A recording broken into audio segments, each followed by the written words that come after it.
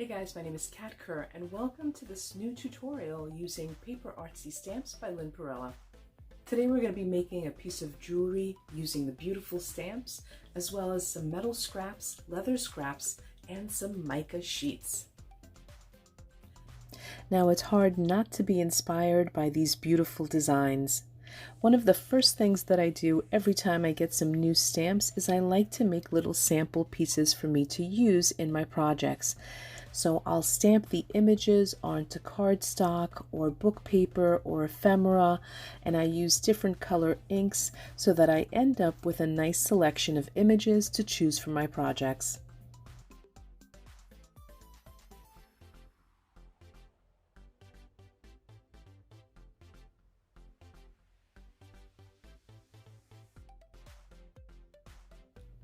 Now I knew that I was going to be making some jewelry, and I also knew that I wanted to use only scrap pieces of material. So I first went through my scrap metal pile, picked out some pieces, and I cleaned them up by filing them down and using some ultrafine steel wool. Now keep in mind, whenever you're cutting or using metal, you should always have your safety glasses on and make sure that you are watching your fingers because the metal can get very sharp. Once the metal was clean, I went through my pile of images and selected the images that I wanted to place on the metal. I trimmed the images down to size and then used a matte medium to adhere them to the metal.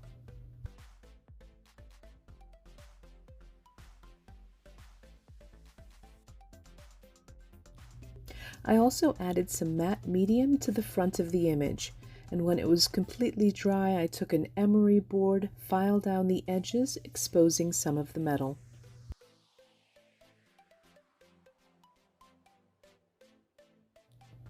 Next, I cut a piece of mica sheet slightly smaller than the metal plate.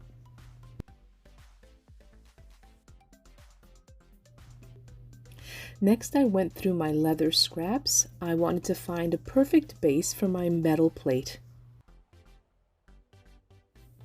I cut the leather piece down to size, and then I added holes through the mica sheet and the metal plate.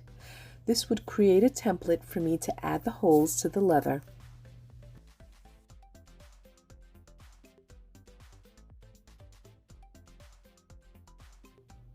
I normally use a leather dye to add color to the leather, but in this case I'm using walnut ink and it soaks up beautifully into the leather. I also add some walnut ink to the edges of the mica sheet.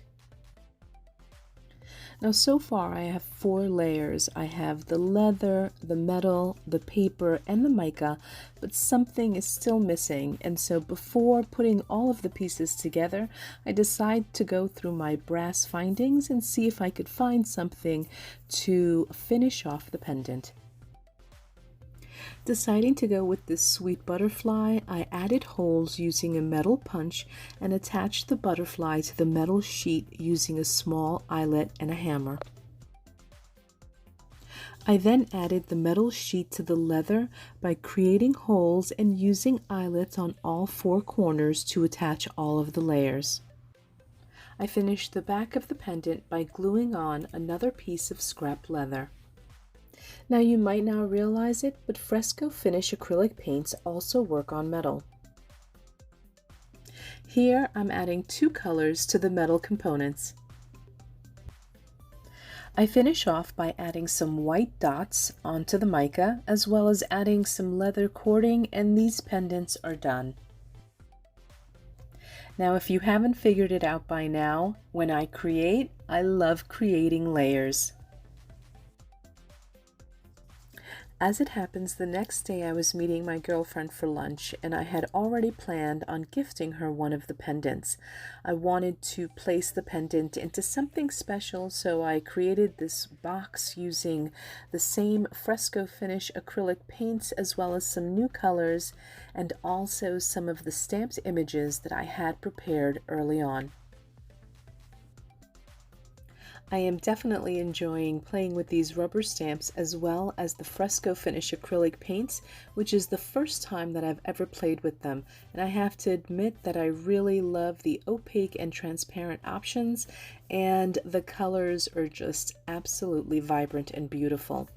My girlfriend definitely enjoyed this pendant, and I hope that you enjoyed watching this tutorial. And for a large selection of rubber stamps and fresco finish chalk acrylics, be sure to visit paperartsy.co.uk.